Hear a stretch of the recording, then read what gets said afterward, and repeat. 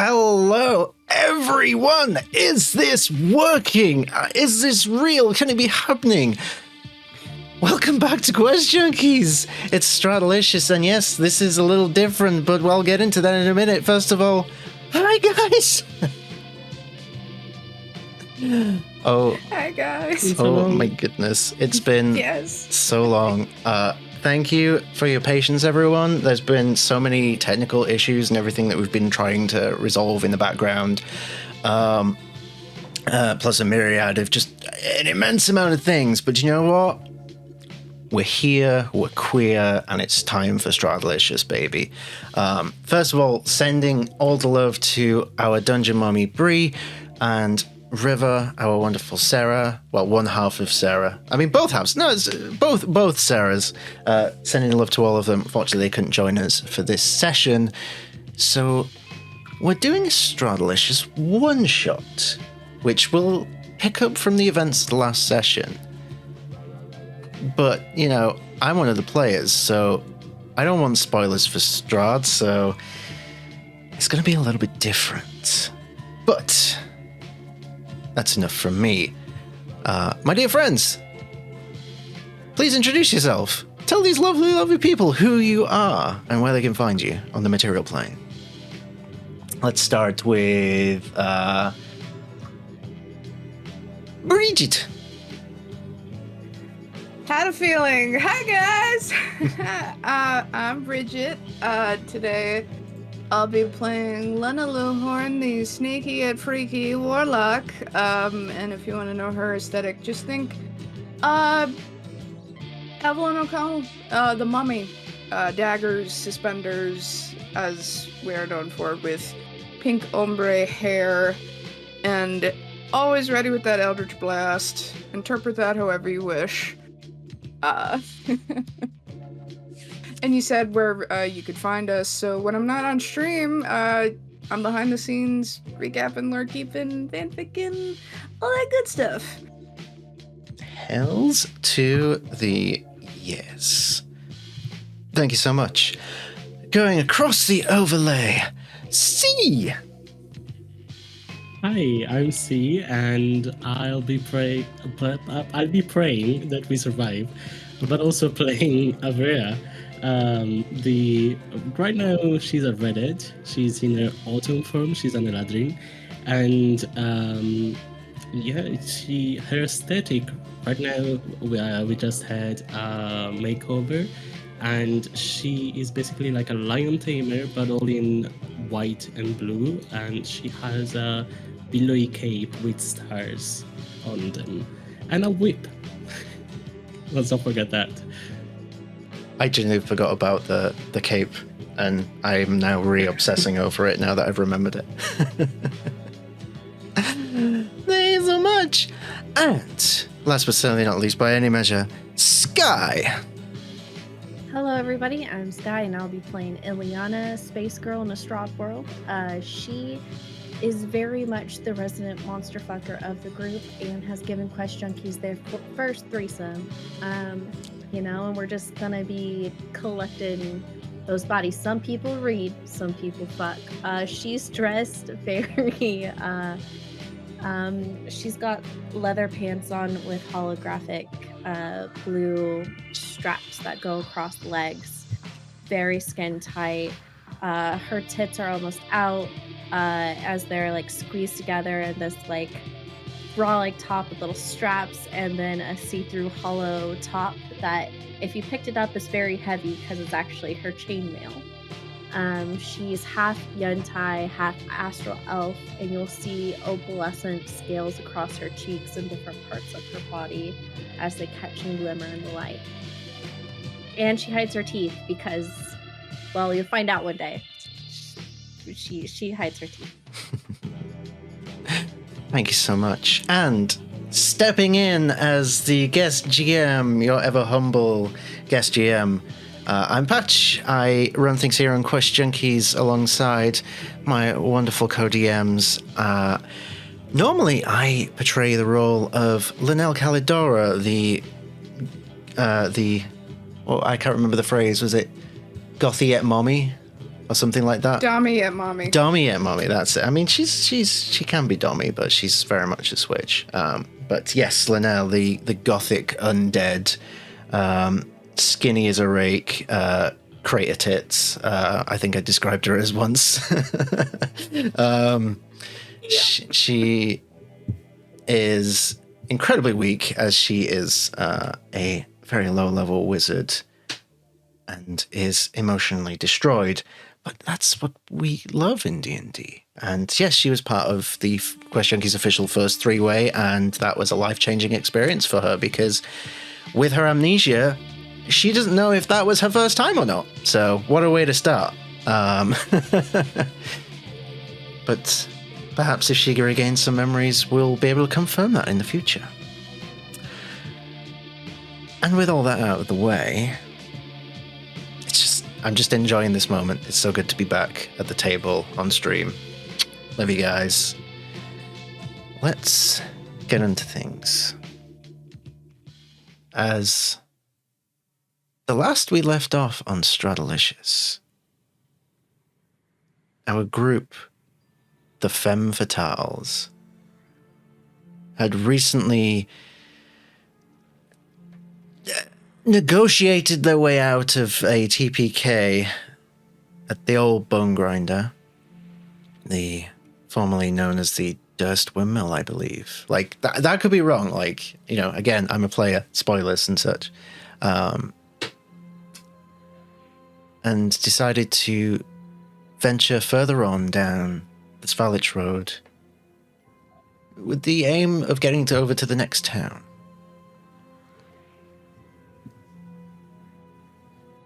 A short distance away from the windmill, the group made camp at some sort of monolith, a strange ruin of sorts, covered in various different symbols and runes and things, and clearly telling some sort of story. And after an eventful few days, really. This group has only been together a few days, and a lot has happened. They set up camp and prepare to bed down for the night. And as they do, I'd just like to reassess where we're all at. So let's start with Avrea. As you bed down for the night, what's going through your mind when you look back on the last 10 days, as you have pointed out so thankfully in chat? Actually, fun fact, Avrea, before going to bed, has written a letter to her brother recounting what these 10 days, like what happens in these 10 days. And the main thing is that she misses her family at the moment. So she writes this letter, reads it out to herself, and then burns it on the campfire. And goes to bed thinking of her family back home. Okay, thank you.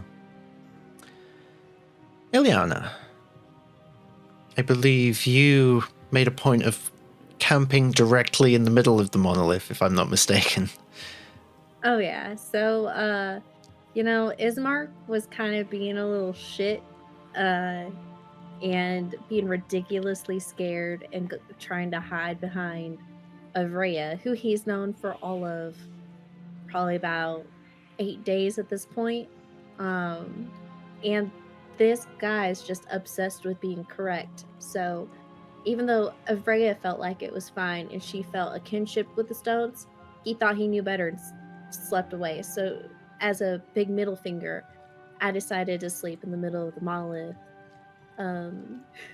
But still, I'm in eye view of Avrea because I don't entirely trust Ismark with her, because the vibes are kind of red flagging me a bit.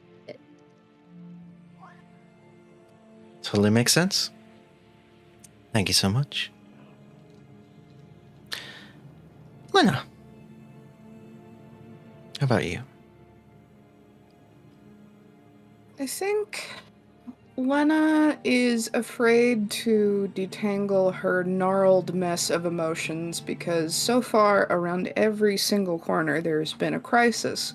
So obviously, not a lot of time to process much of anything that's happened, let alone the physicality of it all, the toll it's taking, because I think deep down she's wondering, yes, she's alive again, but how long can she keep going? How many hits can she keep taking before the last straw? Before the straw that breaks the camel's back, I'll say. Fascinating. As in regards to Lenele, it's much a similar train of thought. She beds down just a little bit away from the group, like not too far away, but clearly seeking some sort of space. Not really engaging much in conversation either. She's just come around from the cravings from the pies. You know, for cravings for a person who's undead and hasn't had cravings for like nearly 400 years, apparently. That does a lot to someone. So she's got a lot to process, but bunking down for a long rest. Plenty of time to process there. So she does what she always does. She'll sit down, fold her arms, and just stays still. Because she doesn't sleep. She doesn't dream.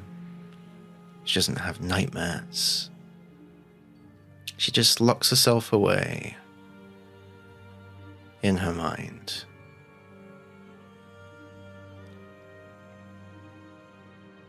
I wonder what's going on in there. Let's find out, shall we?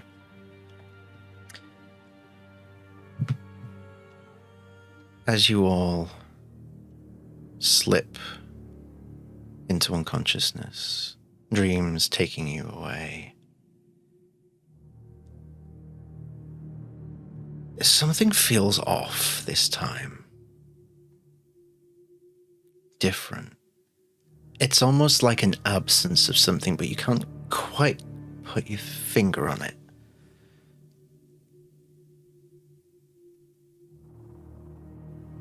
And then you get a feeling in this shadowed voids that surround you. You feel like you're not alone, and instinctively you open your eyes and look to your sides, and you see each other. Avrea, Lena, Ilyana. The three of you now stand in this shadowed voidscape.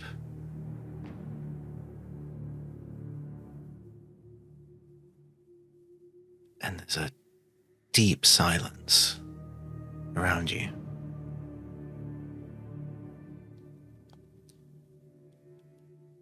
And that feeling of something not being right just seems to build and build. Over to you.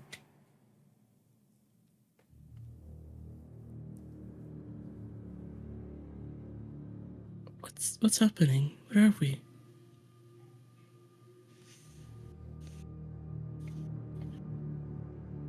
It feels soothing. That's a one word for it. What does it feel like to you?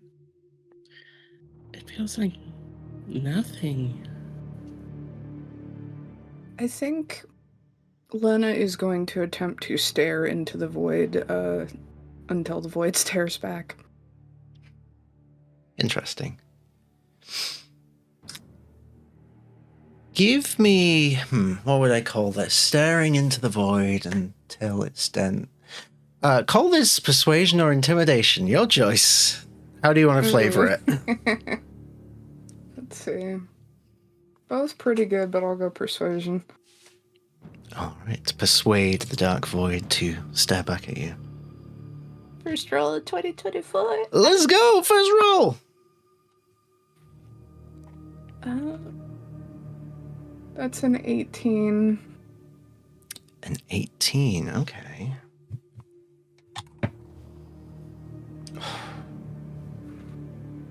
I need to stop rolling this dice. First roll of 2020. Natural 20 on the Ruidus dice. Ooh. Nice. Now the question is that good for you or is that bad for you? Sure, it's fine.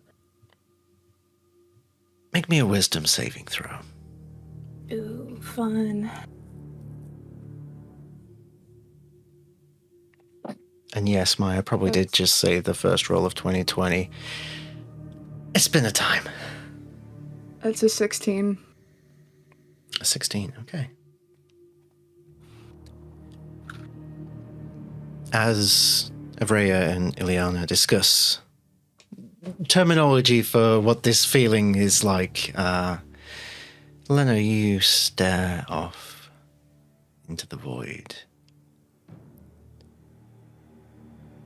And it is interesting because it feels off. Whatever this presence is, it feels wrong, and yet it feels so familiar.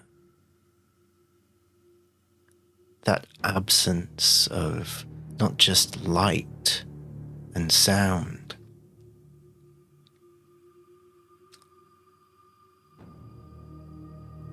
It's like the absence of life that you've become oh so accustomed to these days.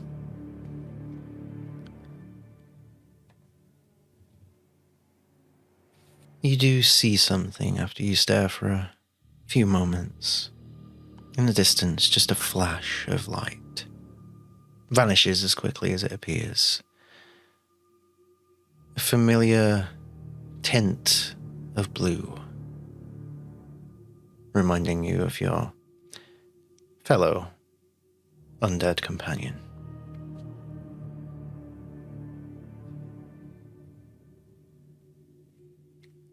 Lenele? She's gonna call out. Yeah, where is he? Where is she? Where is Sarah as well? And Ismark? I don't know. I saw a flash. She'll point. And as you point forward, the three of you notice as Lena's hand goes forward, it leaves like an afterimage trace. Almost like a really long motion blur that permeates the area around you, and you instinctively like lift your hands up and you notice on yourself as well.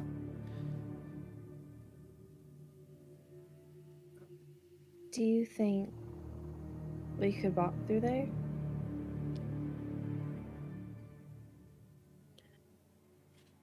Perhaps. Let's find out. She'll take a step. As we take a step, I would like to cast, I don't think it's a spell, but it's Divine Sense. So I can sense anything affected by the Hallow spell or know the location of any celestial fiend undead within 60 feet. So Lena is right there. I would like to see if I can sense Lenele. Within 60 feet? I'd say no, but I will give you the faintest reading in that same direction. All right, let's try it. She'll take another step. You step into the void.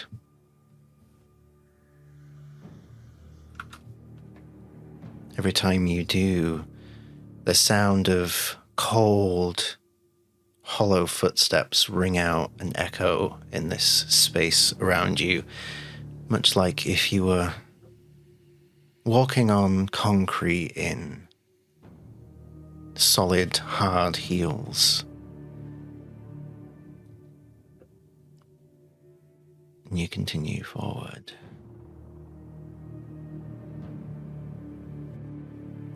I'd like to start sprinting.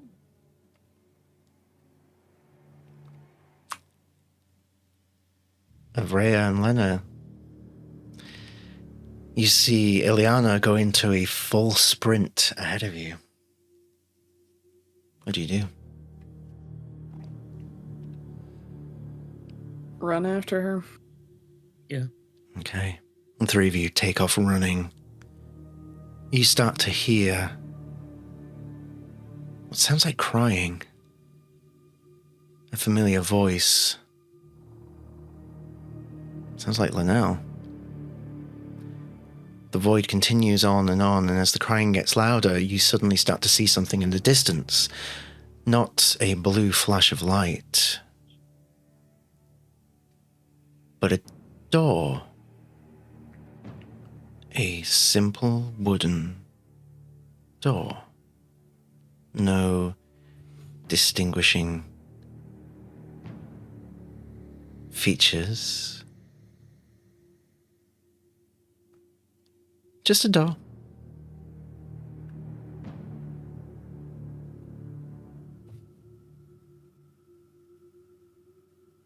And you rapidly approach it. Yeah.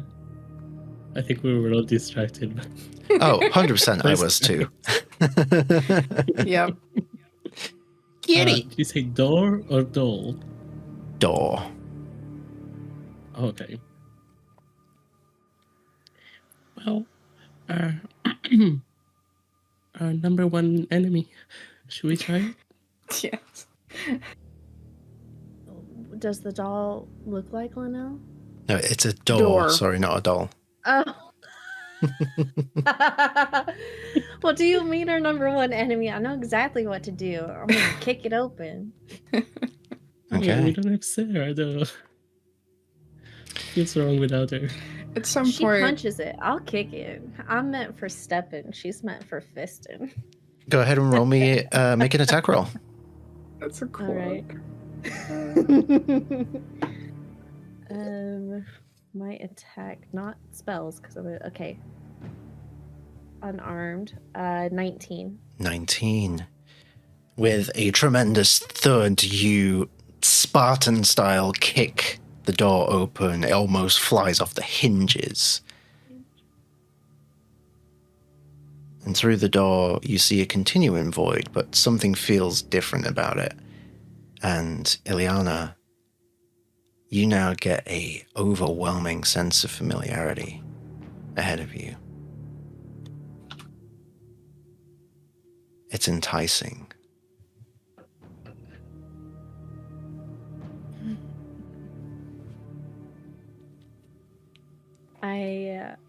You guys will hear her kind of giggle,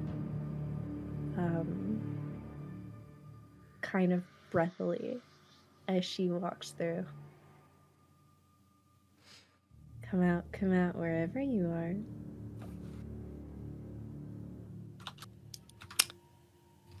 And do the other two of you follow? Does anything happen after she walks through? She walks through and you look around the door and you don't see her.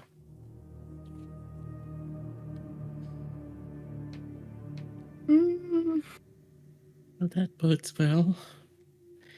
Ilyana? hand on her dagger, but she'll take a step through and try and reach for Avrea's hand. Perhaps if we were to anchor ourselves, we wouldn't be entirely lost. That's a good idea. If you hold on to the doorframe, Yeah. Yeah, let's do that. She'll try to poke her head through at least, holding onto Ray's hand. Okay. You poke your head through.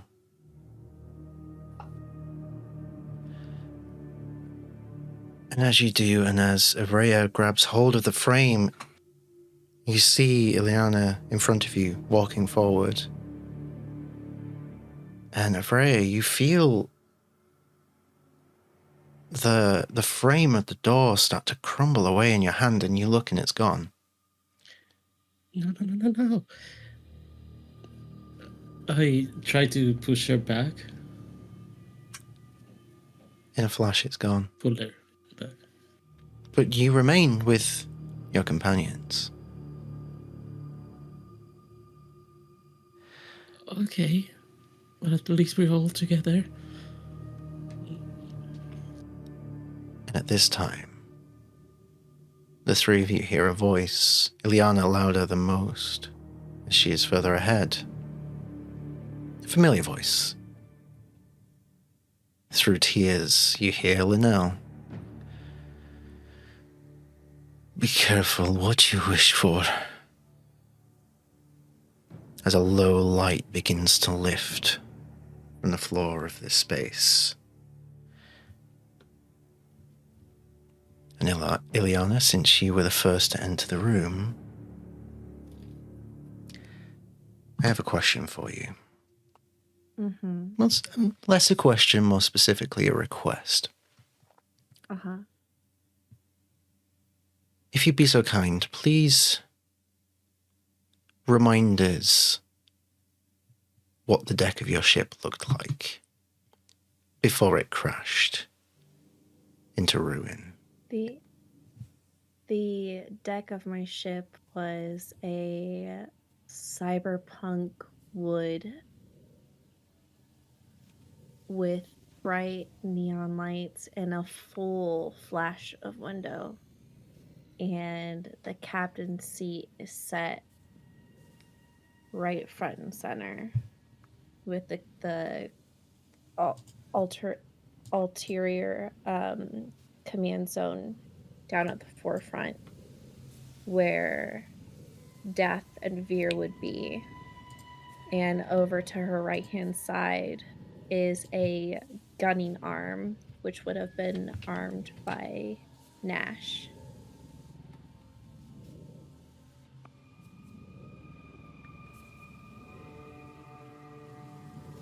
You're back on the deck of your ship. Mm-hmm. It's whole. We can leave this place. Let's go. The two of you with Ilyana see this same space. This fascinating construction, unlike anything you've ever seen before.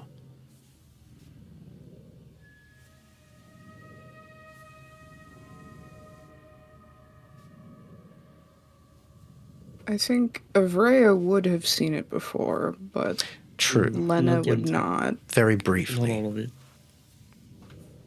And it certainly looks in better condition than it did when you saw it last. Mhm. Or Well, does it?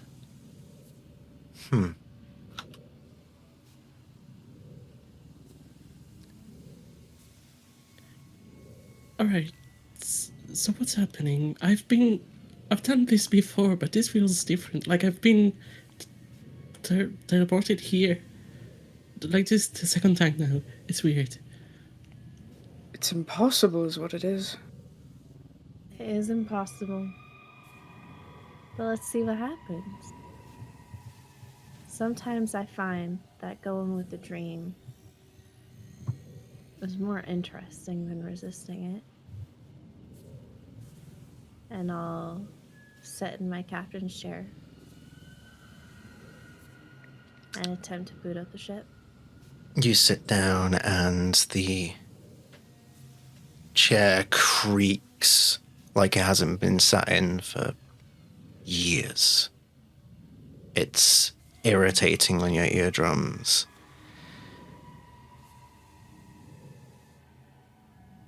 And you start to notice that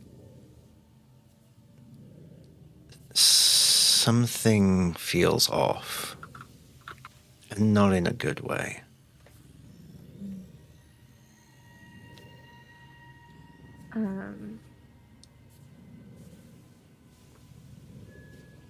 I would like to reach out to Avrea and cast guidance and try to see through whatever this is.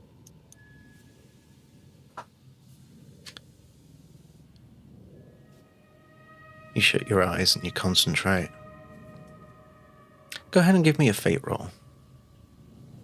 Okay. That's a D100, right? D100. Okay.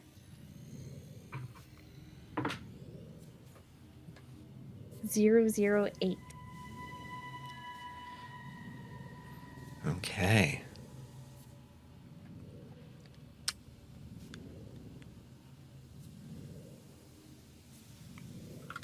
You know, sometimes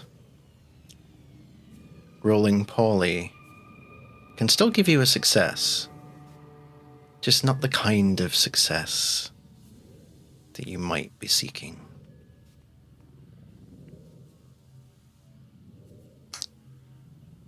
As you open your eyes again,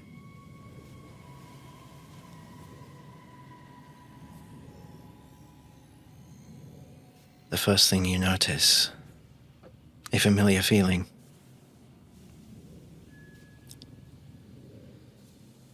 Fire erupting from what remains of your ship. But not crashed in Barovia. No, you can see out through holes in the hull. You're in wild space. And for some reason, there's still air around you. The air pressure isn't leaving the ship, but it is adrift and it is in ruin. You hear coughing coming down one of the corridors over to the right-hand side. A hearty, heavy cough. Very GIF sounding.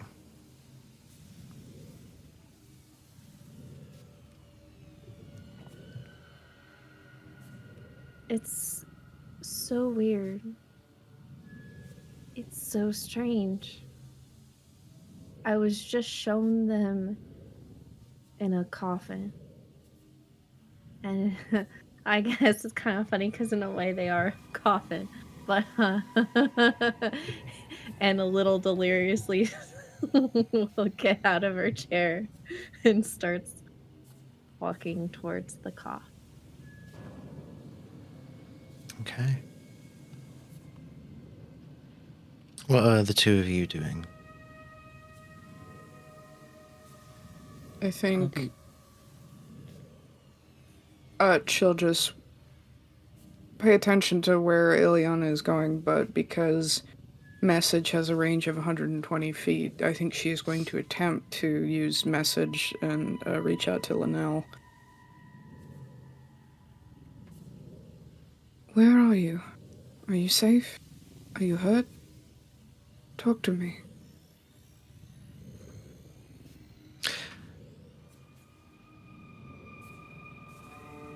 Almost immediately, you get a response. A response that all of you hear. That same echoing voice surrounding you of Lenele.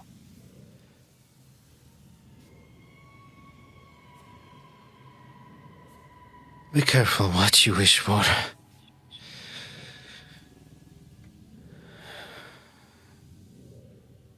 And the crying continues.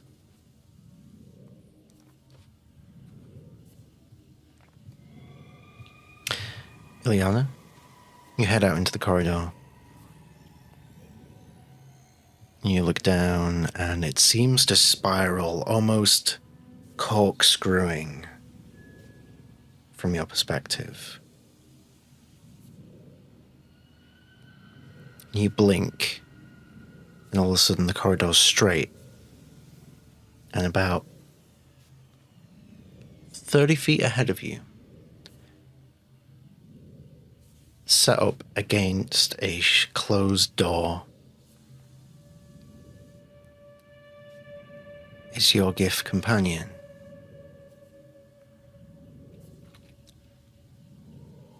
The word I would use to describe how covered in blood and ichor he is would be smothered.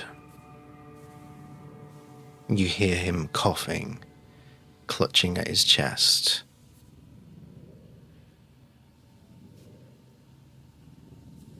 She's gonna go over and kind of fall to her knees and cast healing word on him.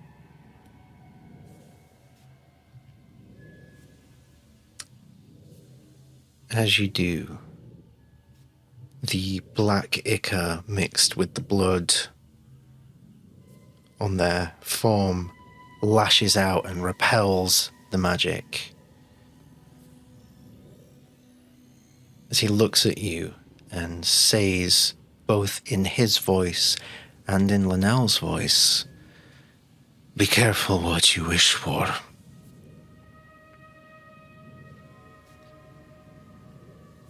What did you wish for?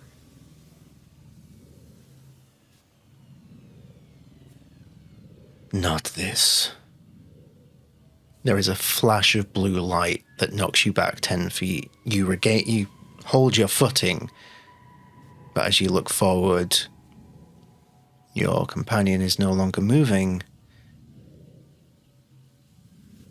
mainly due to the blade lodged into his heart by a familiar, faintly glowing blue form of Lenele. And as you look at her form, it's like it's almost shifting. It's unsteady. It's like it's glitching.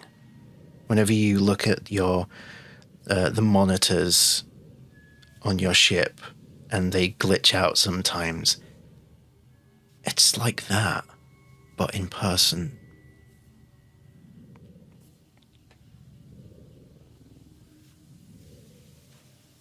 Where are you, Lenele? The head slowly turns, revealing a face covered in that same blood and ichor, with glowing blue eyes underneath, the hair falling down across the face.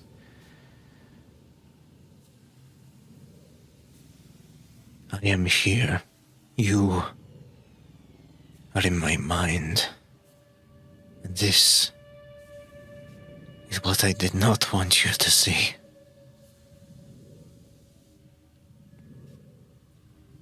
She pulls the blade out, tosses it to the floor, and turns around to face you all. The three of you now see this ahead of you.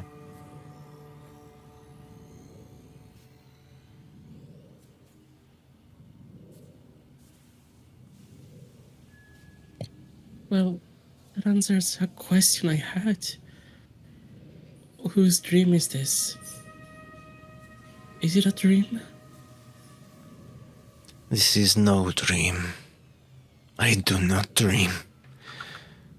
I only experience. Is this a warped memory?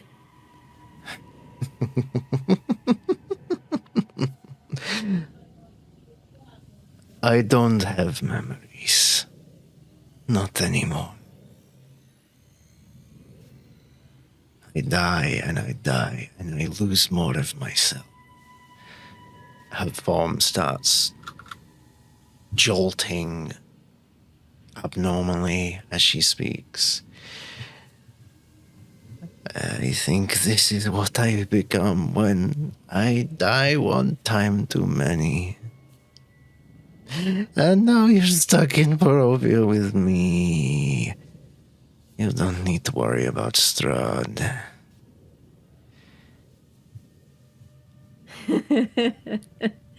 That's a lot of big talk from someone I saved from death too many times in a row, Lenele.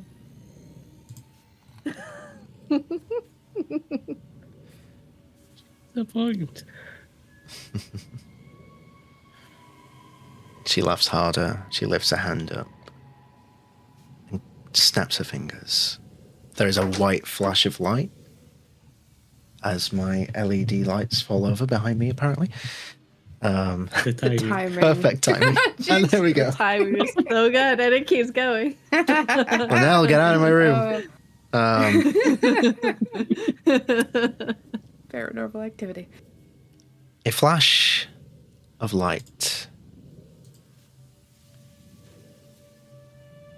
And you now find yourself elsewhere.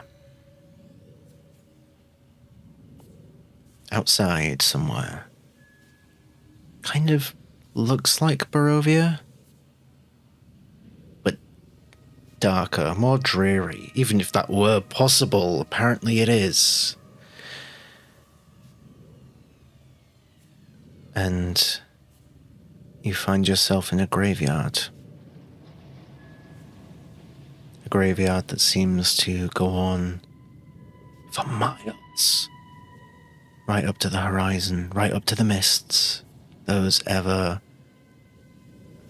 present mists.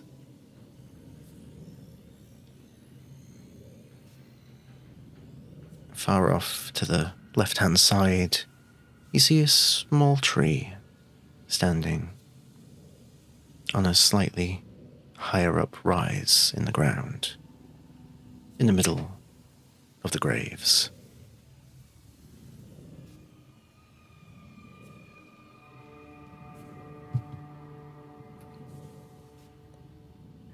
I'd like to read the names on the graves.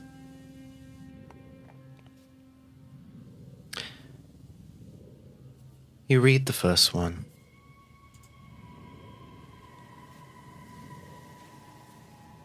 Here lies Lenele Calidora. Missed by no one, remembered by no one.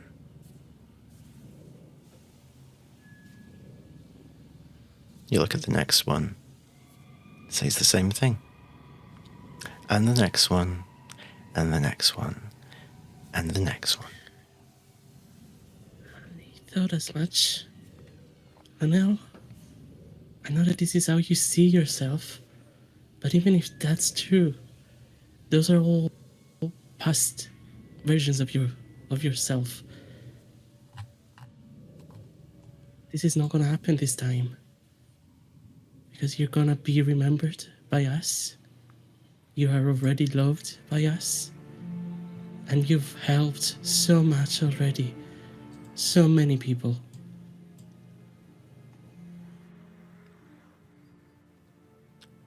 She's going to find the nearest grave and claw at the earth, reminding her oddly of the time she clawed her way out. She is now going to attempt to claw her way into one of the graves. It's so interesting that you suggest that. As you reach down, a hand reaches out of the soil and grabs you by the wrist, uses you as leverage to pull itself from the ground.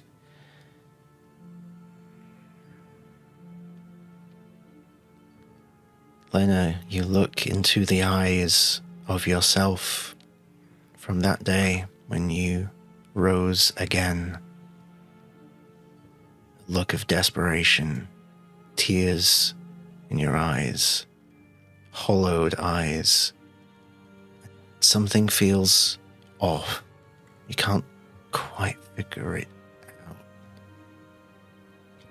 Other than the fact that you're looking at yourself rising from the grave that you were buried in, but, you know, we'll look past that. But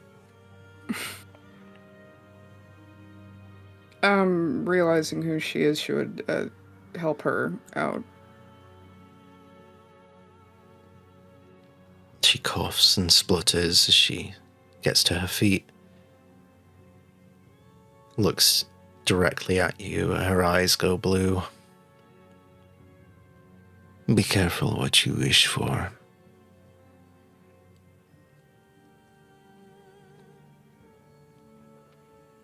Just above table, I'm fully aware of the visual I'm about to create, but she, assuming that their hands are still dirty and that, like, she's maybe thumping her on the back to help her breathe, in lieu of a response, having an idea of who is there underneath her face, she'll lean in and make out with herself, just for, like, a couple seconds to see. I mean, Sounds like a Tuesday to me. So as Avrea and Ilyana adjust to the new surroundings, you look over to the right-hand side.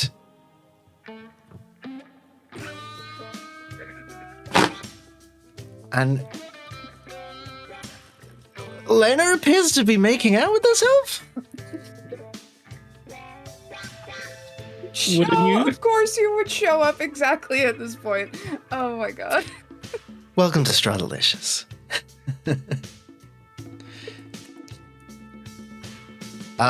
You know what? Please, don't keep us from the nitty gritty. Tell us what we see, how this looks. Give us detail, Lena. Well, it's that thought of the Can thought we? experiment of, like, if you ever met your own clone, would you have sex with them? And that whole thing. So I think Lena's always been curious, but I think in her head this was a way of, like, jolting Lenele out of whatever trance she's in, but at the same time, yeah, you know, she's trying to shock Lenele awake, but at the same time not enjoying it. Yeah, it's kind of like, would you fight yourself or would you go to town on yourself? They kiss a little bit like how Lena fights. It's dexterous, it's almost looks choreographed, like where one person steps, the other person steps. It's a give and take where one hand goes, the other hand goes. So it's, I'll say, and especially because it's a dream, oddly beautiful. I mean, that's definitely going to prompt some very interesting fan art from the community, I'm very sure. I look forward to it. Show, please. Yeah, show. You showed see up at the you in the right chat. time. Please show.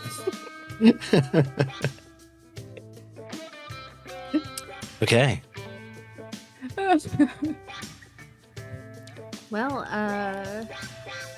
you know, if this is a dream, I would like a comfy couch to appear, and popcorn, and a drink, so we can just enjoy the show. Maybe we need to beat them up. You know what? For the hell of it, give me a persuasion check. Wait, if we need to heat them up, Avrea, I'll make out with you right now. I mean, why not? Yeah, hell. All right, so I'm gonna do a persuasion check, and if we can get this couch, I'm making out with Avrea on the dream couch. Oh, River and Persuasion. Bree That's are going to be a be 24. River and Bree are going to be so mad.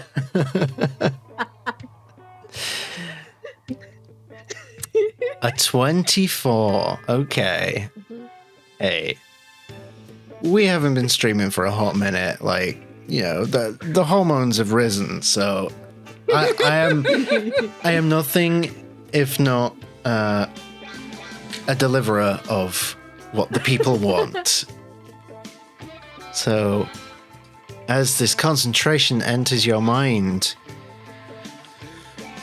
you blink, and all of a sudden, there's a couch.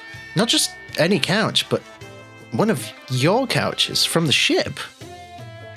Oh my god. So it is Ooh, okay. We're gonna say it's from the captain's quarters, and it is a little deeper of this burgundy, crushed velvet, and it's the shape of a therapist's couch with gothic wooden trim and an underlight because it's cyberpunk. Address those mommy issues, but make it aesthetic. No. Well then, I'll just lounge on it. If this doesn't wake up Lenele, I don't know what will. I mean, it might wake up. It might wake up Bismarck. He's a red flag anyway. Fuck it. For flavoring, I think at some point, like, she would murmur in her own ear, I know you're in there. Come back to us. This is your dream, it does not have to be your reality. And Of course, to whisper. everybody else, it probably looks like a bunch of sensual whispers, but... And in response, whispering into your ears, you hear your own voice back at you. I'm so confused, but I won't lie. I'm rather enjoying this.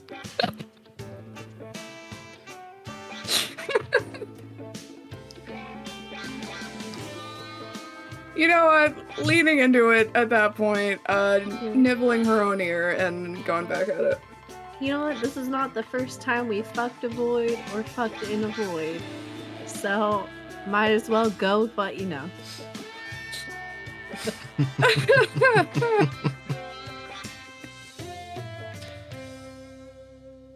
So the makeout sesh continues.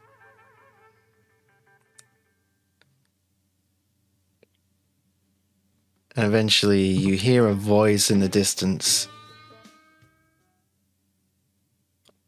Okay, not going to lie, this is the first time this has happened here.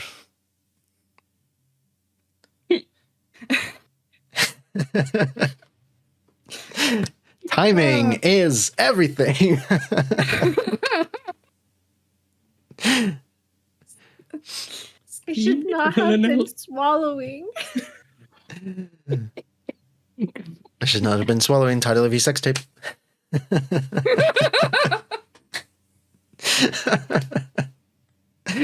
Oh dear. But hearing that, I think she's kind of unwilling a little to let go of this experience. So, like, hand on the back of the other one's neck, but she'll, like, look around for the voice and just say, You may not believe it, but it is possible to find your way back to joy.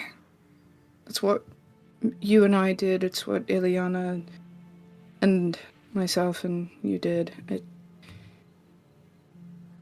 It is possible to change. Especially here in this limitless space. As you say that, You said so yourself. This has never happened. Now it does. We're here. as you say that, Hear the other Lena stops moving all of a sudden. And you blink and she's gone. Avrea and Ilyana immediately feel the cold, barren ground as the couch vanishes and you drop down to the floor with a thud. Not necessarily a bad thing, but in the moment. But I think I fall on top of Ilyana. oh my god, look what happened on purpose. Accidentally, I mean. Oh no! Oh no!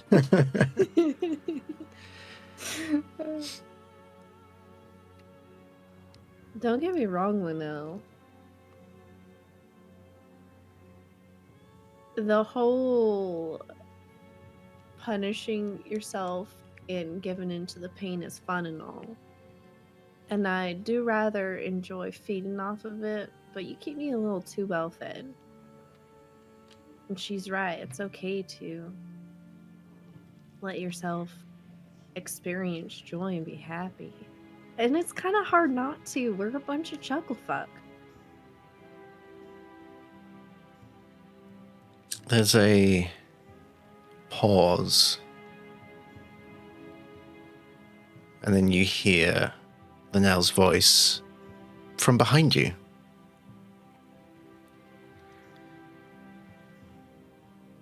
That's not necessarily the problem.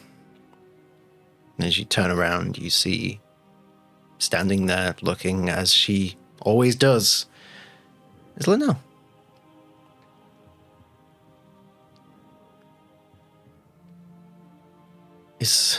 What is the problem then?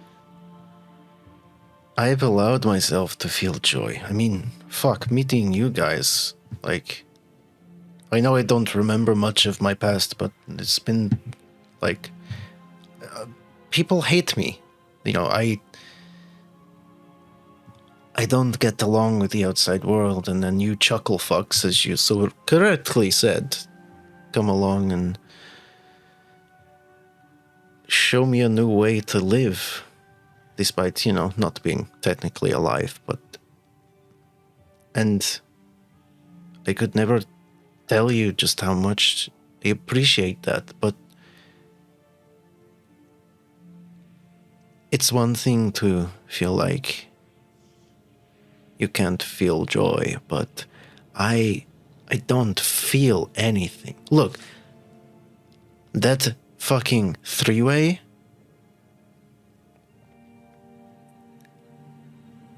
I mean, that was an experience, let me tell you.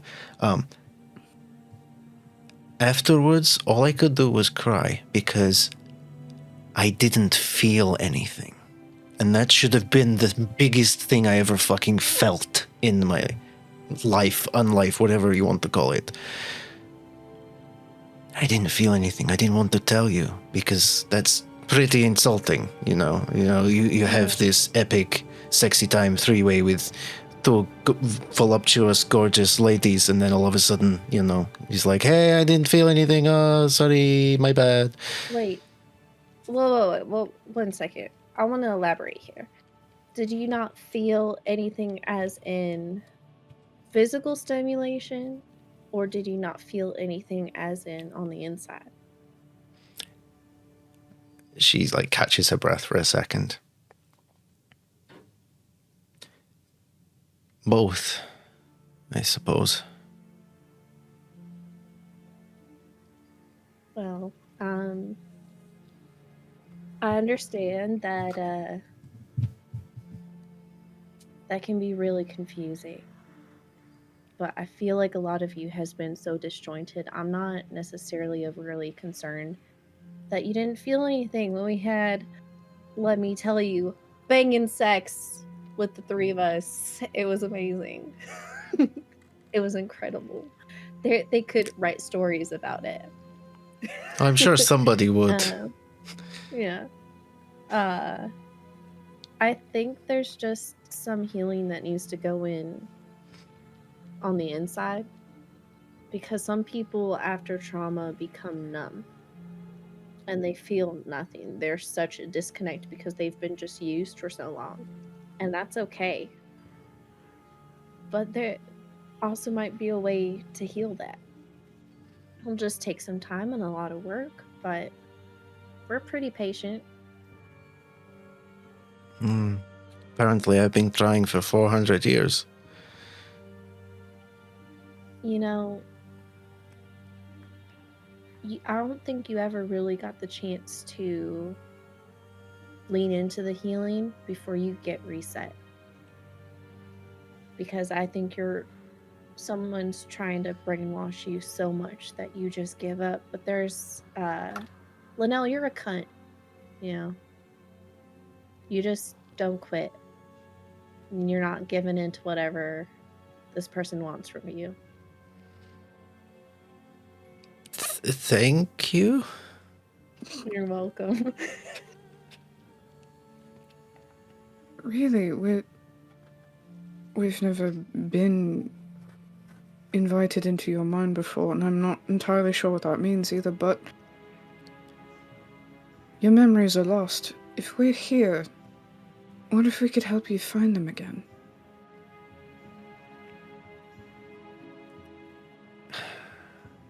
I don't think we can. Not like this. Because I don't think they're here anymore.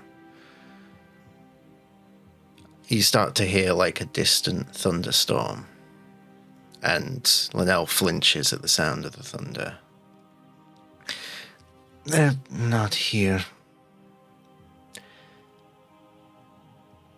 But she is.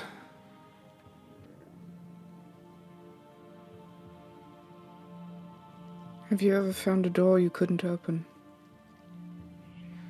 No, I'm pushed through every fucking door.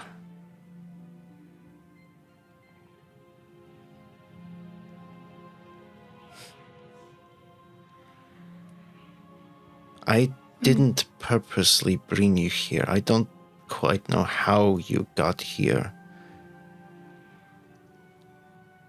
I'm worried this is one of her games. Or it could just be wild magic. It happens. I don't know which I'd prefer, to be honest. With Sarah and Ismart not being here, that could just be because they need that 8 hours of beauty rest. Could be we're just built different. So Because we have this in common that we don't sleep. is there, while we're here, any place you want to take us? Anything you want us to see?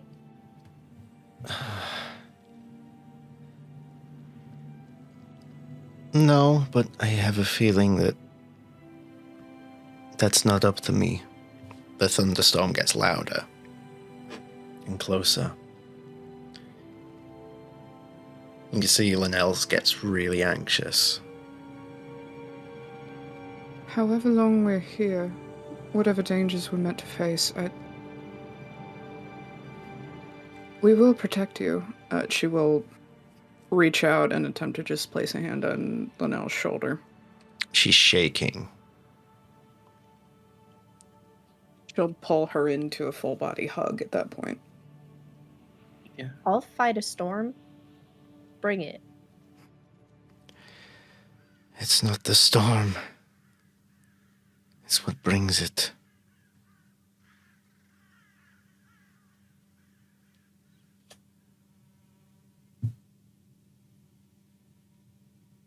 I'll join the hug. And I'd go into the mists for you. For all of you. You're included. I concur. I don't know what's out there, but Let's bring the storm, Lenele. As you say that, there is the loudest crack of thunder that you've ever heard. And rain begins to pour down all around you. A torrential thunderstorm now fully encapsulates the surrounding area.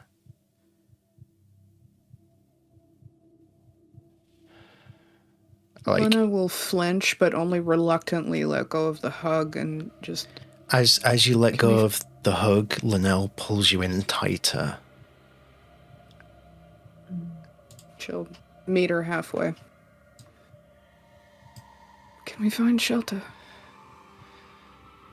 We don't have control here. No. I'm sorry, I don't know what she'll do to you. I didn't want to bring you here. I didn't bring you here. It's not my fault. I didn't want this. I didn't want this. And she pushes you away and she puts her hands on her head and she starts hyperventilating. I didn't want this. Oh. Lenele, stay with us. She's... Have you ever tried to take control of this? Lenele, I believe you can. Lenele might be lacking motivation. Lenele, you love us, right? Lenele's voice responds, but from a different direction. Towards the storm. Loud and booming as before. Oh yes, she loves you. That's what makes this all the more tasty. Welcome. I've been waiting for you. And I'm hungry. Little Charling. Big appetite. But I think all bark, no bite. All right, bitch. Let's find out. Of all the people you could have said that to. There's a flash of lightning. And then standing before you is another Lenele.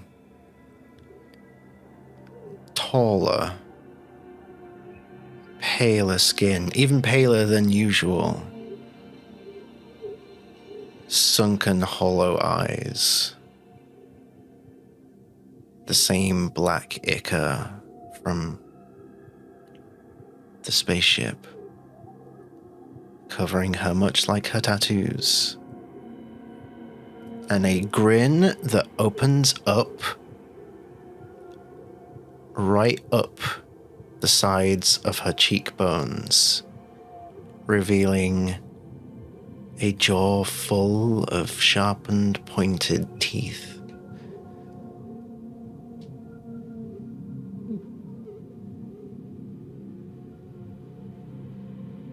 I bet you don't know what to do with those. Let me show you. And I'll walk up towards her.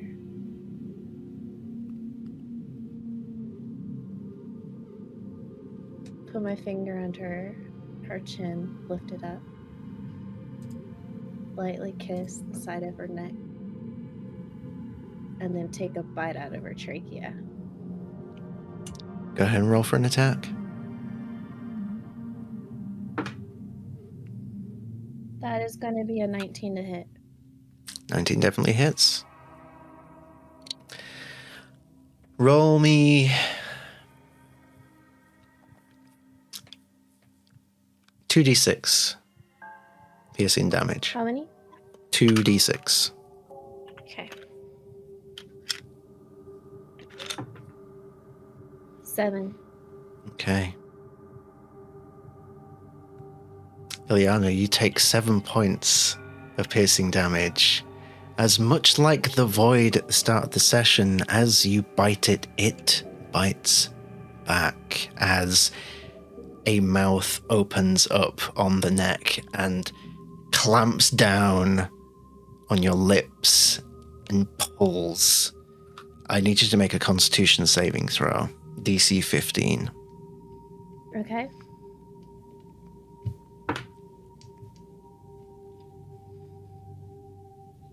$16. 16. Try biting harder. Okay. 24 to hit. Hit. Okay. You know what? No. You roll a damage for me. 2d6, sorry. Okay.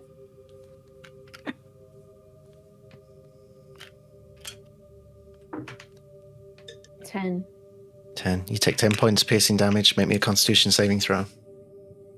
Okay.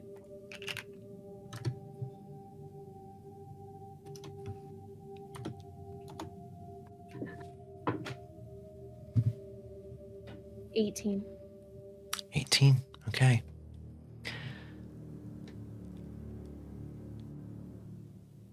I'm going to ask you a question here. Yeah.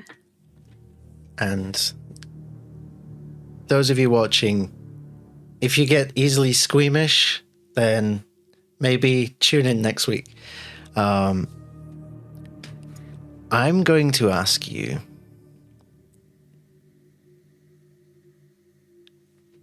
which is your favorite cheek on your face? The left or the right? The right. Okay. In a sudden flash of movement, this faux Lenele lunges forward, sinks this ever-expansive jaw full of teeth into your right cheek, and tears down the skin, peeling like a banana down your jaw and down the side of your neck. Mm-hmm. I'm going to touch it, lick it in front of her, and cast Spirit Guardians. Okay. As a bunch of snakes start to swirl around me. What level spell is Spirit Guardians? 3rd level. Okay. As you begin to cast the spell, she reaches forward and she grabs you by the neck as she casts Counterspell. Knew it. We're just getting fucking started, you bunch of fucking Femme Fatales. I'll go all day. Let's roll initiative. Yeah. –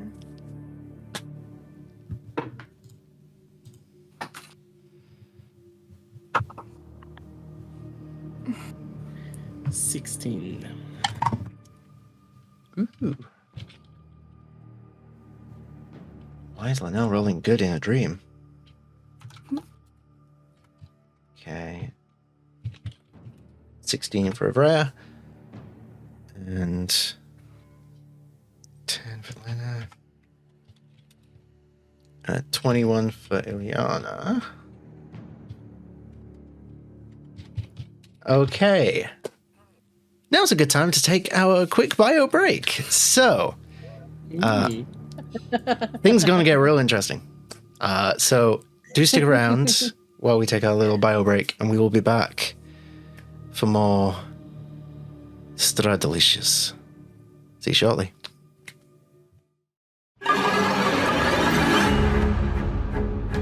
Death? If I should be so lucky.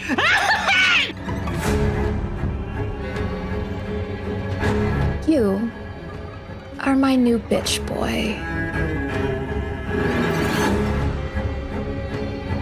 I am the consequence.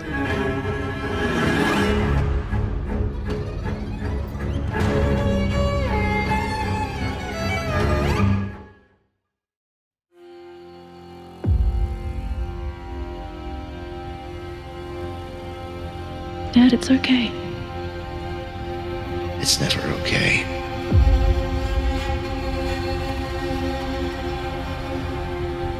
Do these other paintings have people? Not anymore. I'm sorry. I'm sorry. I'm sorry. I'm sorry. I'm so sorry. This is violent.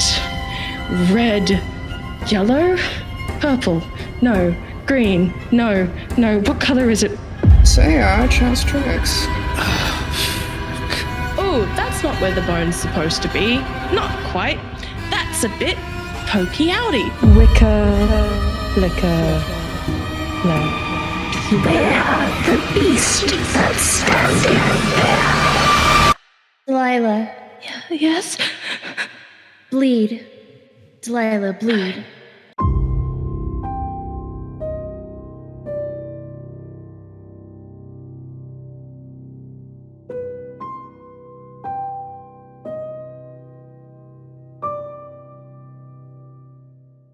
And this is why we don't fuck.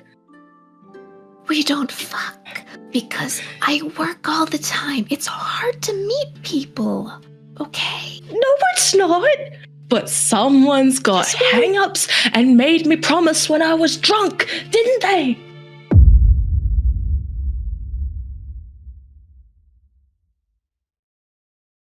Okay. Attempt number 3. Let's see if it holds up this time. Thank you for your patience as we navigate these issues. Let's get back into the session before it crashes again. Hopefully not, but we shall see. So, last we left off, Avrea, Ilyana, and Lena found themselves in some weird dreamscape-like place in the mind of Lenele. Had some interesting encounters, and directly where we left off, seemed to be about to start fighting some monstrous form of Lenele. And, oh god, the collar is glitching like mad now. Interesting. Okay, we're just gonna go with it, because I started this stream, I'm gonna finish this stream. Appreciate your patience. We don't normally have this many issues. I need to reboot my computer, like, from scratch, I think. So we'll do that at some point. But, for now, we rolled initiative at the start of the break. So, at the top of the round, we have Ilyana with a 21, followed closely by this monstrous form of Lenele with a 19. Then we have Avrea with a 16, Lena with a 10, and Lenele with a 4. Quite appropriate, I think. Mm-hmm. So, Ilyana, we start with you. I am going to cast Twilight Sanctuary. So everyone per round is going to take a 1d6 plus 5 temp HP if they are friendly to me.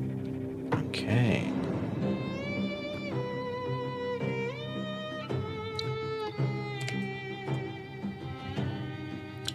So how many hit points is that? For 1d6 plus 5. Yeah. Yeah. I can roll for you if you want. Everyone rolls their own. Oh, okay. Yeah, go ahead and roll for Lenele. She's friendly. Promise. 12 temp HP to Lenele. Oof. That's the amount of hit points she had when she started. I think it's more. All right. What does it look like when you cast Twilight Sanctuary? Twilight Sanctuary is, when you were little and in science class and you were learning about space and they showed you what a nebula looked like for the first time? A nebula is going to rise up from the ground and be mostly transparent, but you're going to be encapsulated in space. Now, this is Barovia, so what aspect of it is fucked up? The meteors and stuff floating around are bleeding. Ooh, I like it. All right. Anything else for your turn? I'm going to wait. I'm just gonna wait in front of Lenele and pass my turn. Okay. That brings us to her turn as she wipes her mouth. Big smile, a long, pointed tongue spirals out as she smiles. Little space girl, she wishes she can go home. Be careful what you wish for. And then you hear a different voice. A voice coming from the storm that surrounds you now in this pouring rain. A voice unfamiliar to the three of you, but all too familiar to Lenele. As she thinks back to what was the opening scene of this campaign, as she hears the Countess Strahd von Zarevich herself Lenele, why don't you eradicate them?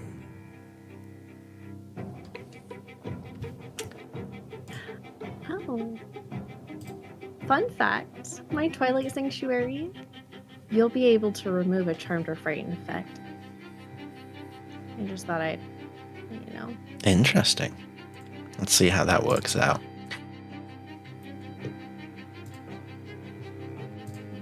Let's have a look here. I will adhere to the request in the chat as well. Bonel will reach forward with her other hand still on Ilyana's throat, reach with the other one. And she's going to cast Inflict Wounds. I need you to make a Constitution saving throw. Okay. That is going to be 15 plus 5 for a dirty 20. Dirty 20, very good. So you only take half damage. Let me roll it here. Ah, where's it gone? Ah! Come on, D&D Beyond. Don't join the list of stuff that's crashing for me today. Okay, you will take this damage in a moment. You can also tell me what to roll. I'll hurt myself. I don't mind. It's alright, I got it.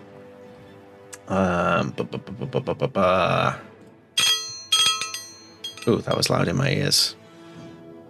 Okay. So you saved, which is good. You take 22 points of necrotic damage, which was reduced from 44. As the same black ichor that you had seen before seeps through her hands and up her neck, and there is an element to this that feels good to you, but the mark, is it still on your hand, by the way? Yeah. It begins to burn, and normally that burn brings a little bit of pleasure, but not this time. It just doesn't feel right. It feels off. And you look down at your hand, and the hole shrinks to half its size, and the pain remains. Avrea. Right. So I am gonna cast Sanctuary on the real Lenele. Okay. And as my bonus action, as my proper action, I'm gonna, well, let's try this out. Finally, I'm gonna whip the funnel with my green flame blade. Ooh. Which first I need to roll to hit. That is a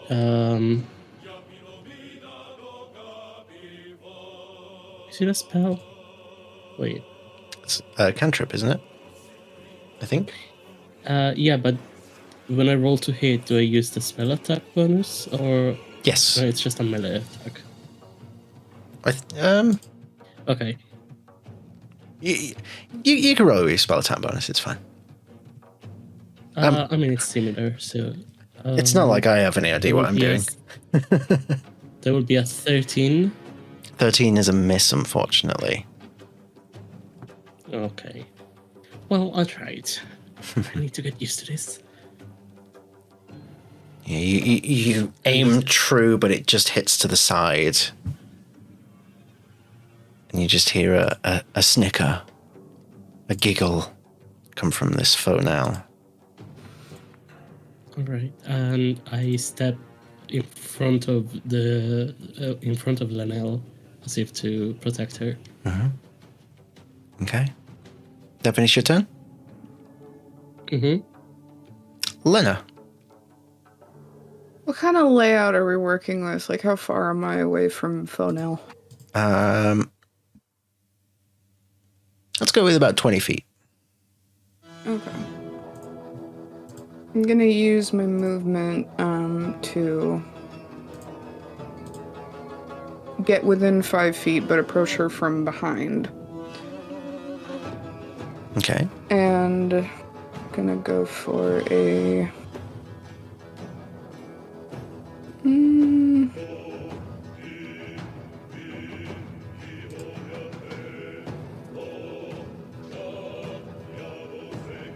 Oh, it is roll to hit. Okay, then I'm gonna go for a 3rd level inflict wounds.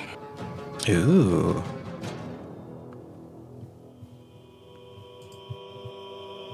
It's an 18 to hit. 18 hits. Alright. And... Okay, that is gonna be a grand total of 32 points of necrotic damage. Oof. 32 points. What does this look like as you cast Inflict Wounds? And how is it more fucked? Because Barovia.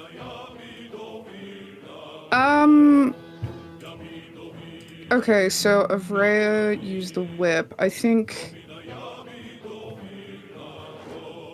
A little eerily reminiscent of another campaign on this channel of ours. She's going to reach around, like, and wrap her arms around Lenele's neck, like Fonel's neck, and kind of like as though her hands are coiling around like chains. It's gonna, she might imagine it as something else, but it's gonna come out as chains, and they're also dripping with purple and black ichor, and she's going to essentially wrap them around Fonel's throat and start strangling her with the inflict wounds so that she feels it directly in the throat. That's what she said, but she's going to, yeah, that's what it looks like. Amazing. Okay. She recoils back. I'll say one of her hands lets go of Ilyana's neck, but not both. She does loosen her grip slightly. And through the choking, she is belly laughing. And the voice is all just disjointed, and she's starting to sound less and less like Lenele, and more like something else entirely. She's gonna just, from this angle of, like, holding onto her, she'll, like, lean into her ear and, you are her past. We are her future. You're quite wrong about that. She'll tell you.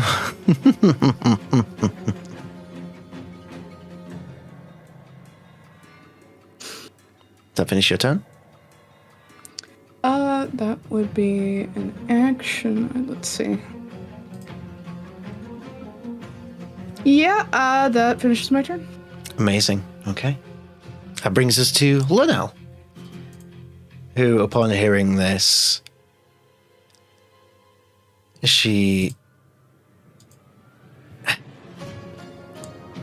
clearly quite traumatized. She's almost paralyzed with fear to some extent. But upon hearing that,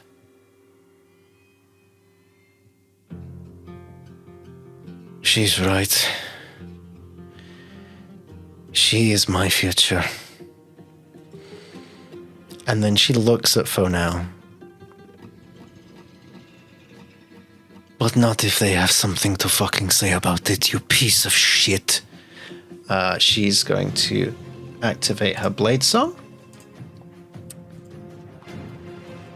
And she's gonna... She has Sanctuary right now, doesn't she? She does. I have no idea what that does, so please tell me. Isn't that sanctuaries where like you can't attack, you just like are unable to be harmed? Let me see. She can attack. It's just if she attacks, Sanctuary doesn't work anymore. That's basically, Okay. If somebody else attacks her, they need to do a wisdom saving throw or change the target. Okay. Would Lenele know not to attack in this moment? Or not attack at all. I'm going to roll for it. Odds and evens. Odds, she'll attack. Evens, she won't. That's a 14. She will not attack. So instead, she will walk forward the 20 feet. And she will try to step in between Fonel and Ilyana. And she'll look at Ilyana and just say, I'm sorry. Don't ever be sorry.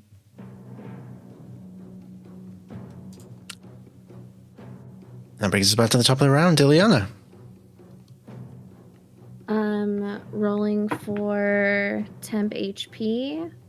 Okay, that's gonna be 8. Oh, I didn't do that. And how much do we roll? 1d6 plus 5. And then for Lenele, that is going to be 6 temp HP. Amazing. So she's reducing from that 12. Hey, it's still healing. Still health.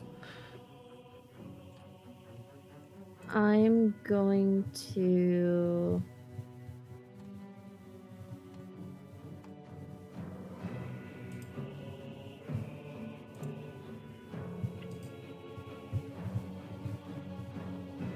hurting this thing seems to hurt me, but Lena can hurt it. So I think what I want to do is I'll cast Protection from Evil and Good on Lenele.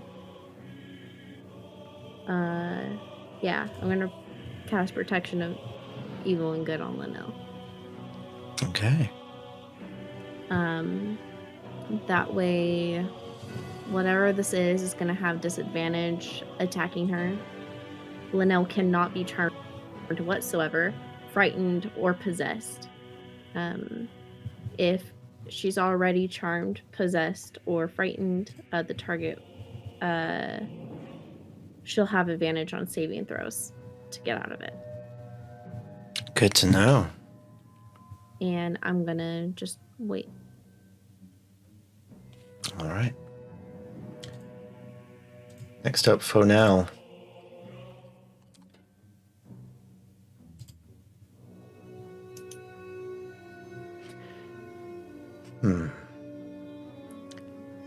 Question for Lena.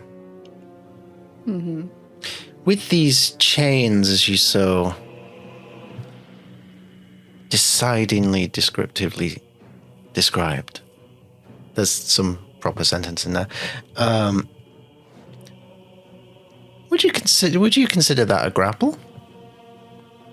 It's an instantaneous spell, so I don't think it's meant to last beyond inflicting the damage, but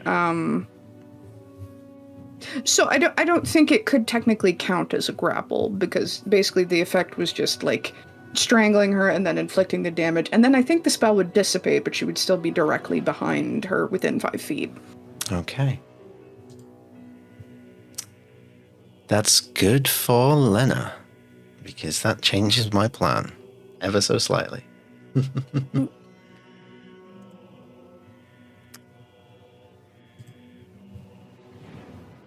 Let's have a look here.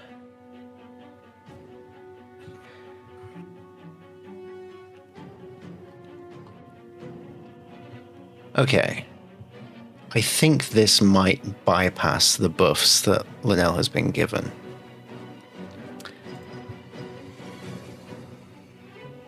Fonel looks directly at Lenele's eyes and the glowing blue tattoos around Fonel turn red.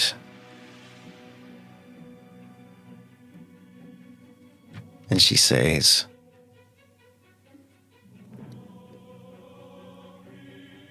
eradicate, as she casts command. Sentinel. Does that work here?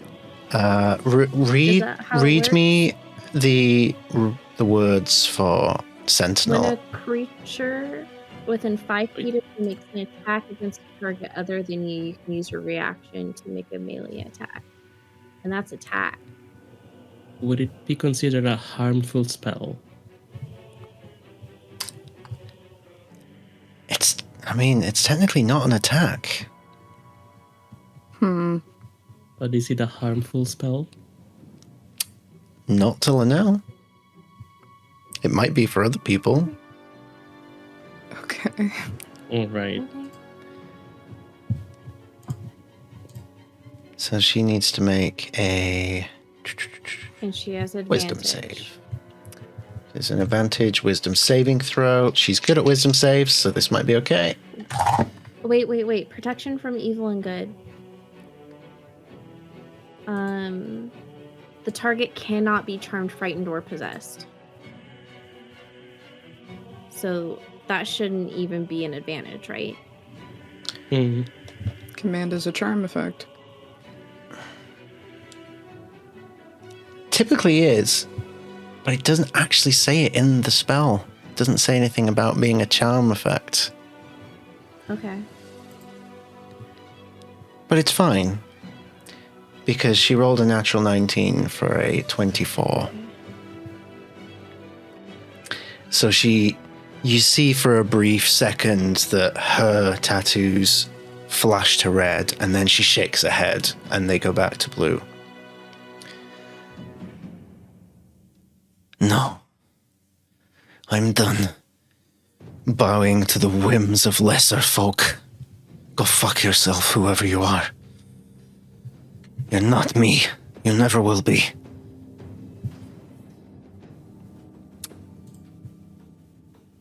Fonel just laughs, cackles, loud and proud. Avrea, we are to you.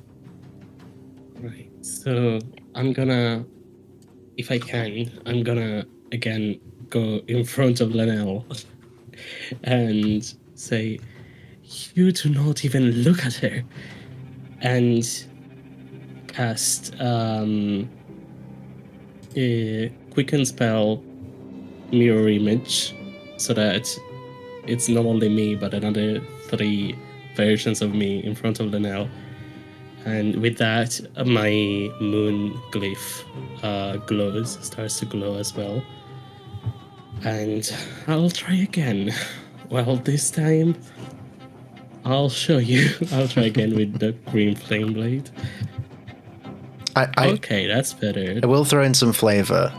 Lenele does have a slight gay panic seeing 3 new Avreas with Avrea. So that's a 21 to hit. 21 definitely hits. So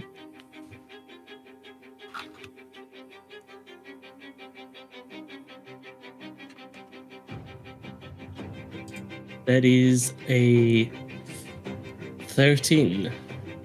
13. Of which 8 is fire damage. Okay. It's 8 fire damage and 5 slashing damage. So I'm just gonna... all of the mirror images are gonna just slash, but only one of them is gonna hit and do a little billow of smoke and green flames. And that's it. I'm gonna just stay protecting Lenele. Amazing. Shield in you go. Alrighty. Lena. Couple things. If two of us have Sentinel, this is a hypothetical. If two of us have Sentinel, can two of us use our reactions in the same turn? Not now, but eventually. I believe so. Okay. Second thing, I'm going to pull out both of our daggers. Person to weapon fighting. And let's see. So that's 2 attacks. 1 attack being a bonus action, so I'm gonna go for the first one. Ooh.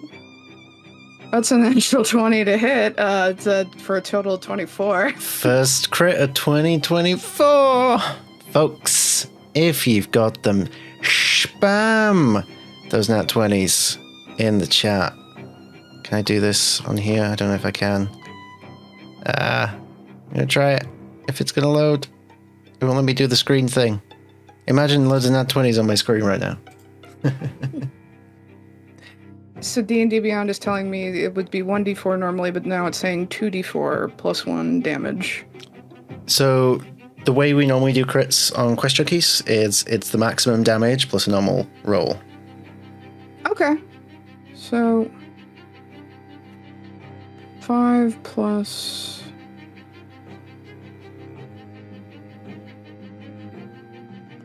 Okay, so that's 8 damage on the first attack, and then I'm going to bonus action attack with the other dagger. I do have an idea of how I want to flavor this. How do you want to flavor this? See, it's a 13 for the other one, but, so, maybe her wrist is a little off in the movement, but I'm thinking because she's directly behind Fonel, she's going to attempt to reach up and, essentially draw the dagger directly across her throat with the attempt to, like, draw it from one end of her neck to the other and essentially create vivisection a little bit, attempting to gore her from her throat. Amazing. That is exactly what you do.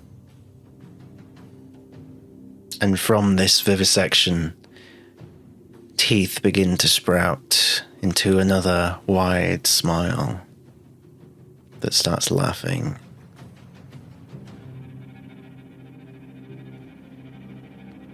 Anything else? That's her action and her bonus action, so I think we're good. Okay. We are back with Lenele. What does she want to do? She cannot attack. But she is well protected.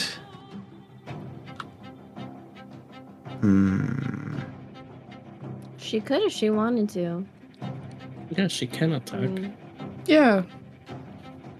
See, this is Sanctuary. as a bit of an insight into what's going on in her mind right now. She's been attacking for as long as she can remember. She's been hitting out and lashing out. People say apparently 400 years, as she learned recently. She doesn't even know how long. Maybe for once, she should stop being the aggressor.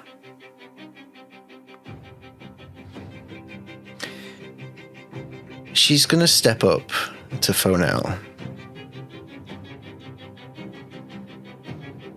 She's gonna put her hand onto the wrist of Fonel that is round Ilyana's neck, and she's gonna pull it away effortlessly. She's gonna get right up in Fonel's face.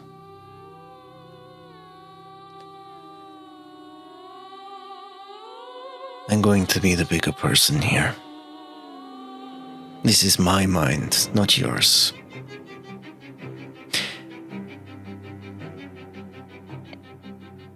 I've done a lot of fucked up shit, clearly. But it's time I choose my own fate now. And I don't choose you, I choose them.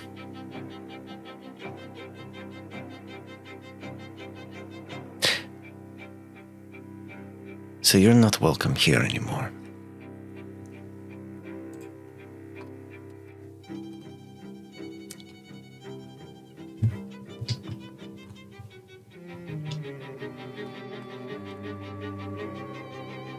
And that's her turn, I think. She's just going to stand there, face to face. We're back with Ilyana. Stood just behind you now, free of the grasp of Fonel.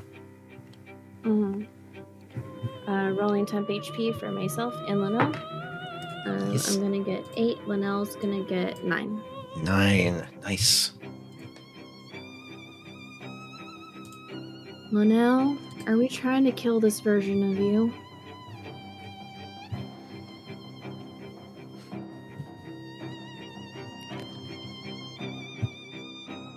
I don't know if we can, but it doesn't hurt to try, does it?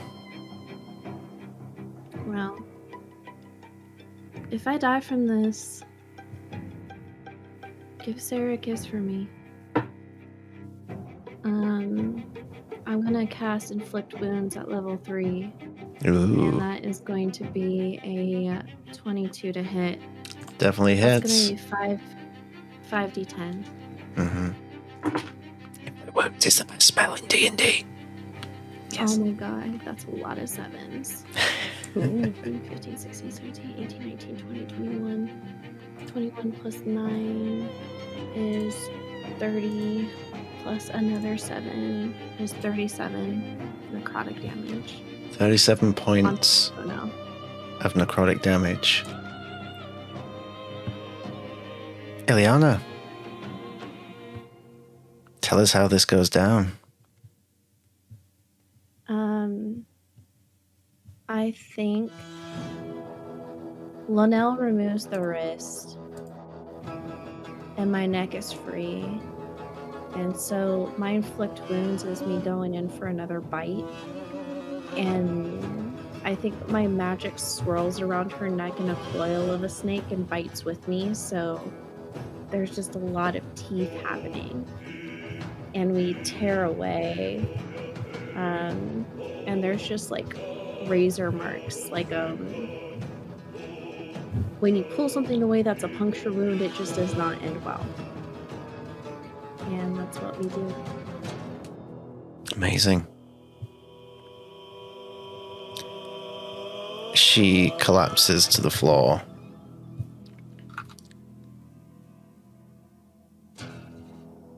And her form begins to almost meld into the ground like a statue. And just before she stops moving, be careful what you wish for, Lenele. You might just get it.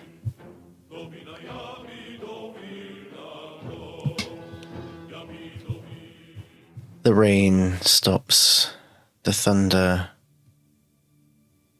passes, and Lenele drops to her knees and just starts sobbing.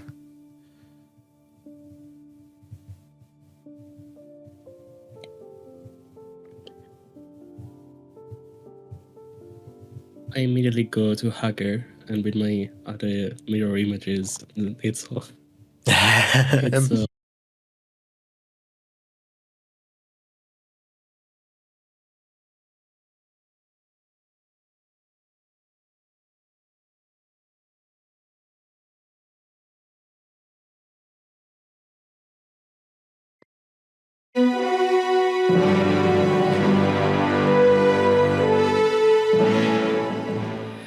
Another poorly timed OBS crash there.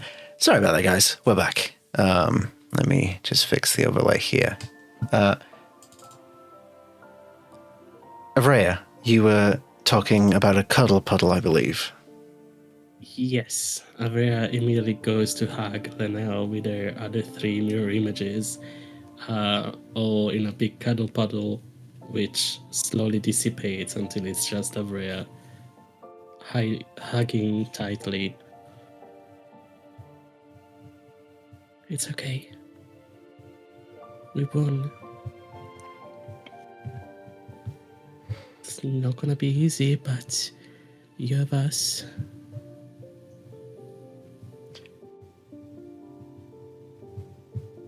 I don't want to be the cause of something bad happening to you all. You're not gonna be the cause. We bring trouble to ourselves. Look at us. We seek it out. I can't wait to be in front of Strahd. Oh, fucking hell, no. You don't know what you're saying. It's as you've Look at how he said. opened- Not if we have anything to say about it. Look at how he opened doors. Like, it's just a matter of time. Look at how we solve problems. Yeah. Pointing at Lena. Your methods are very unorthodox, I have to say. But it's nice, always nice to see, like, self-love, if that makes sense. I sensed you were in a place of great pain, and I thought I was providing you with a kiss of life. No, that would be fun. We call it now. Oh, speaking of which. Fuck! I'm gonna start healing my cheek. Oh, yeah. God I damn. didn't even notice. Oh my... Oh, fucking hell. Are you okay? Oh yeah, it is but a flesh wound, and all that. I can see your tendons. Like, holy shit. Hey, I'm just proud that there's a little monster fucker in all of us. Way to go, Lena. Just if you're healing your cheek with one hand, she'll reach out for a high five with the other hand.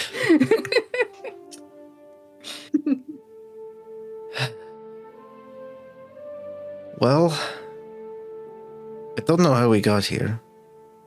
I don't know how we get out of here.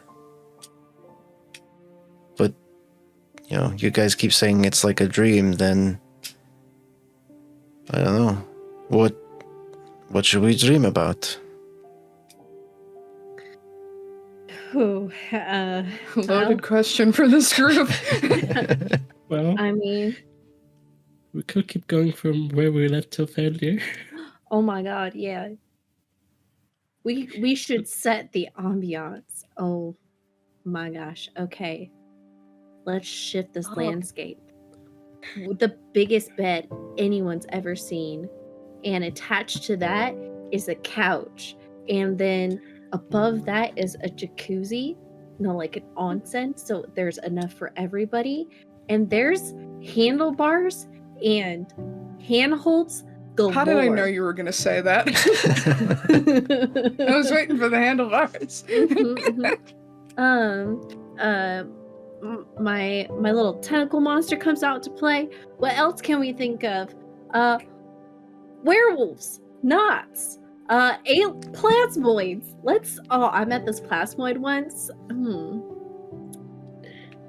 Yeah. I do have entangle in this. Yes. Perfect. We look at Lenele's repertoire here. Yep.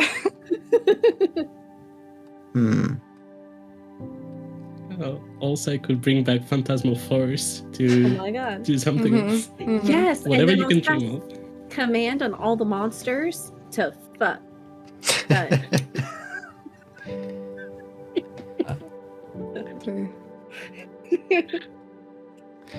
Ooh, that's right. I suggested Crown of Madness for sensation stuff. Oh yeah.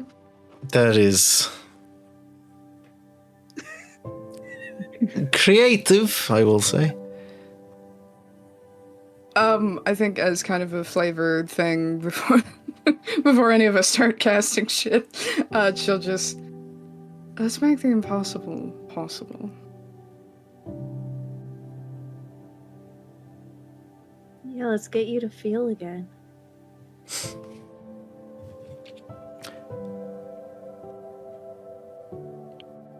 Thank you.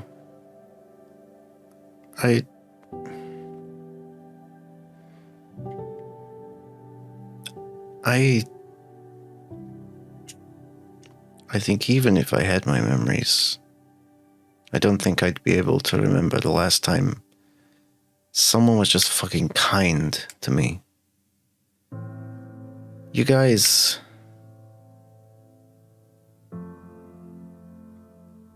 like, look, I'm going to be honest. I still feel like I'm fucked, and Strahd's going to torture me for time immemorial. It's going to take a lot to convince me otherwise. But you guys do make me wonder if there is another way. And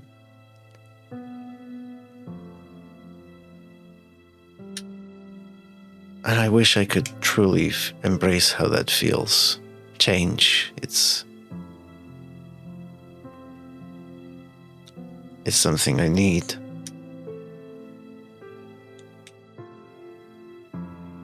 I'm not good at mushy shit. Can we fuck now? That's a quote. Put that on a t-shirt. Yep. Yep. Oh, Bree. While the dungeon mommy is away, the Femme Fatales will play. And There's so much material. oh, there is. And as the curtain pulls on whatever remains of this likely intimate night of dreams and everything in between, I think we'll call the session there and see just how much Bree decides is canon next week. Let's put the sexy time music back on. Yeah, because we fucking. Lenele's book about to get another entry. Oh, I didn't even think about that. Oh, shit. Because last time at the circus, Bree said that like the fic I wrote would be canonically written into Lenele's book. Oh, boy. Oh, wow. This is going to be fun. Yup. A massive thank you to everyone who's tuned in tonight. Apologies for the technical issues, but thank you for your persistence. I will try to get everything fixed for Monday. But yes, no, we really appreciate it. It's been really tough over the last like 5-6 weeks, however long it's been not streaming.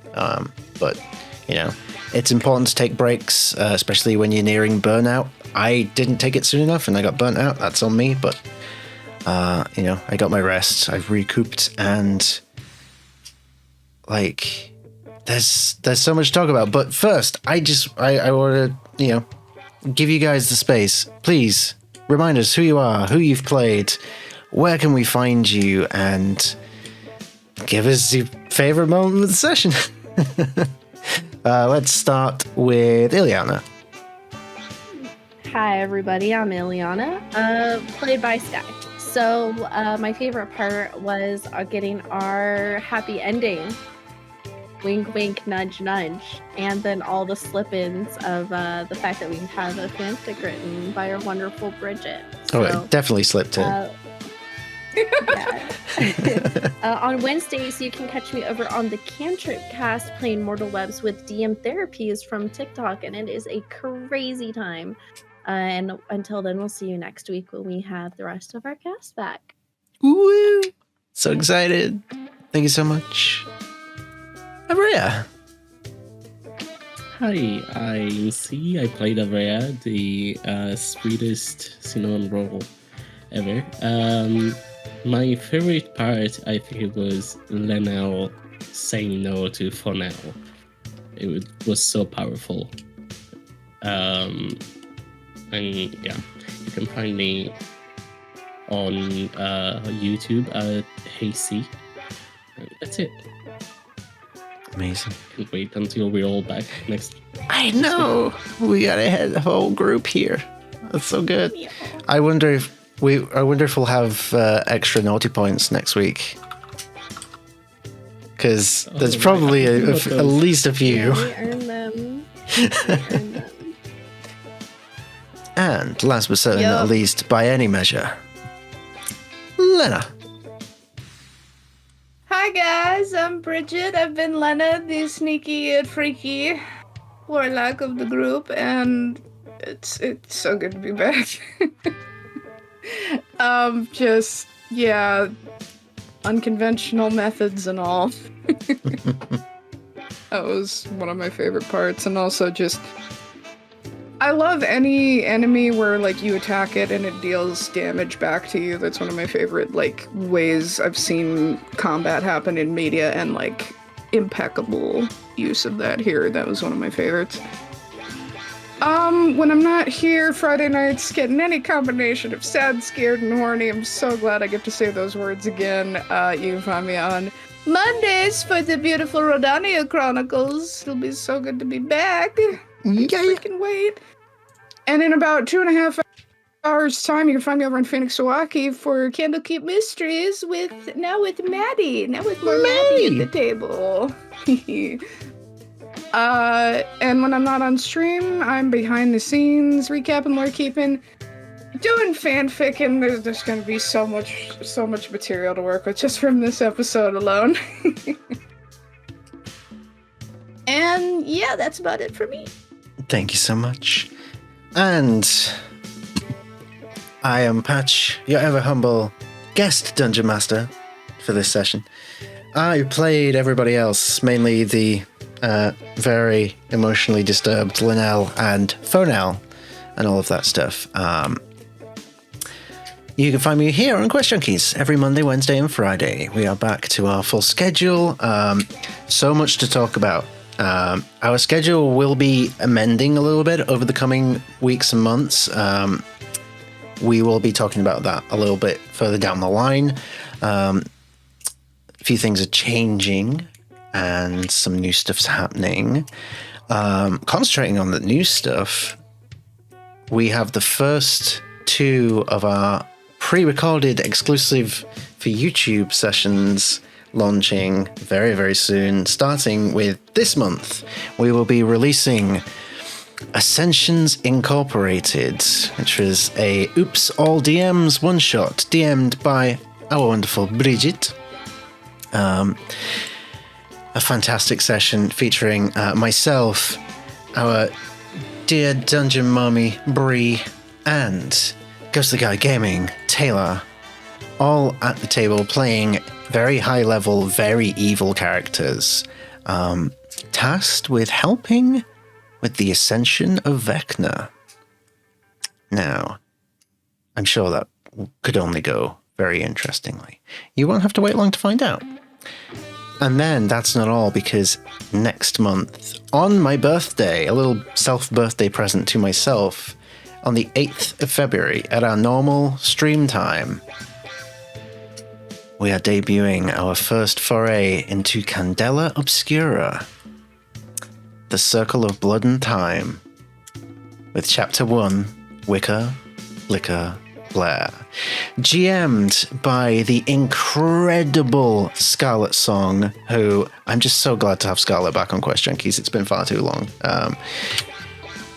A 5 to 6 hour long session of Candela Obscura featuring myself, Bree, Bridget, and Sky being put through the ringer in terms of graphic horror and nightmare fuel and just everything incredible about storytelling, all wrapped into a nice little terrifying package.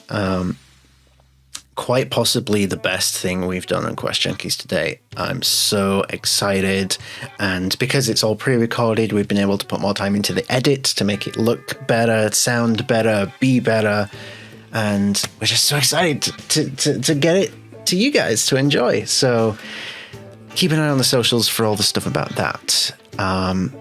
As for my favorite moment, just being back.